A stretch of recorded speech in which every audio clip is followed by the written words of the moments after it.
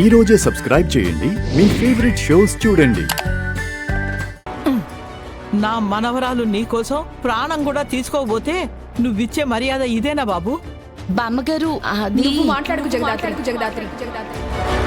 ఇది కేదార్కి నాకు సంబంధించిన విషయం. దీంతో నీకే సంబంధం లేదు. తనకే ఆ సంబంధం ఉంది.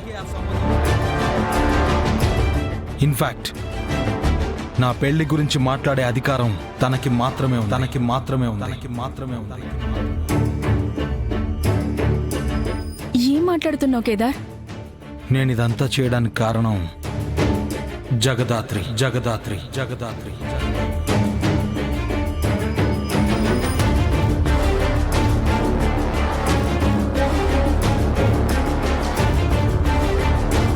ఏందమ్మీ మనం ఒకటి అనుకుంటా ఉంటే ఇక్కడ ఇంకోటి జరుగుతా ఉండాది. కేదారు నిజం చెప్పేస్తాడా ఏంది?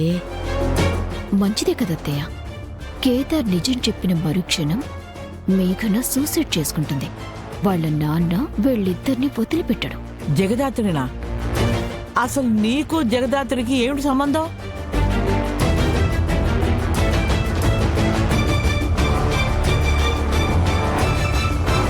చెప్పు కేదార్, నువ్వు నన్ను పెళ్లి చేసుకోకపోవడానికి జగదాత్రికి ఏంటి సంబంధం?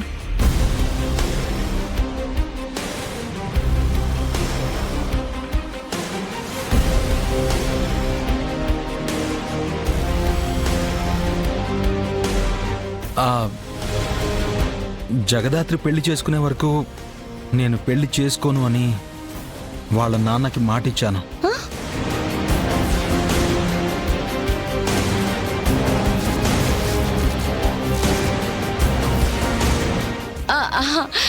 అవును, అందుకే కేదార్ పెళ్ళనగానే భయపడిపోయి ఇంత నాటకం ఆడాడు.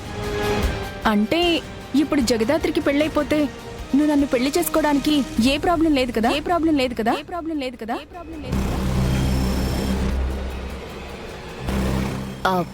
ఇంకేం ప్రాబ్లం ఉంటుంది మేఘన? జగదాత్రి హ్యాపీగా ఉంటే కేదార్ హ్యాపీగా నేను పెళ్లి చేసుకుంటాడు. సరే కేదార్, జగదాత్రికి సంబంధంతో వస్తాను.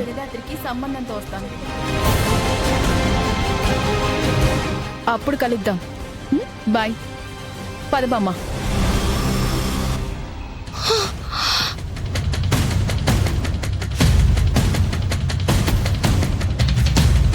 అత్తయ్య, పెళ్ళల్లో నుంచి తప్పించుకున్నామనుకుని పొయ్యిలో పడ్డారత్తయ్య.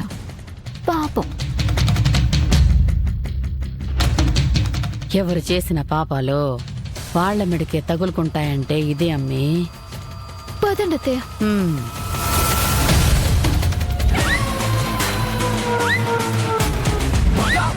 సారీ సిస్టర్, ఇదంతా నా వల్లే.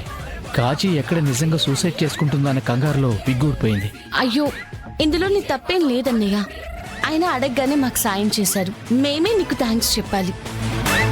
కాచితో మాట్లాడొస్తాను. సరే, వెళ్ళండి. దాత్రి, ఇప్పుడు మన పొజిషన్ ఏంటంటావు?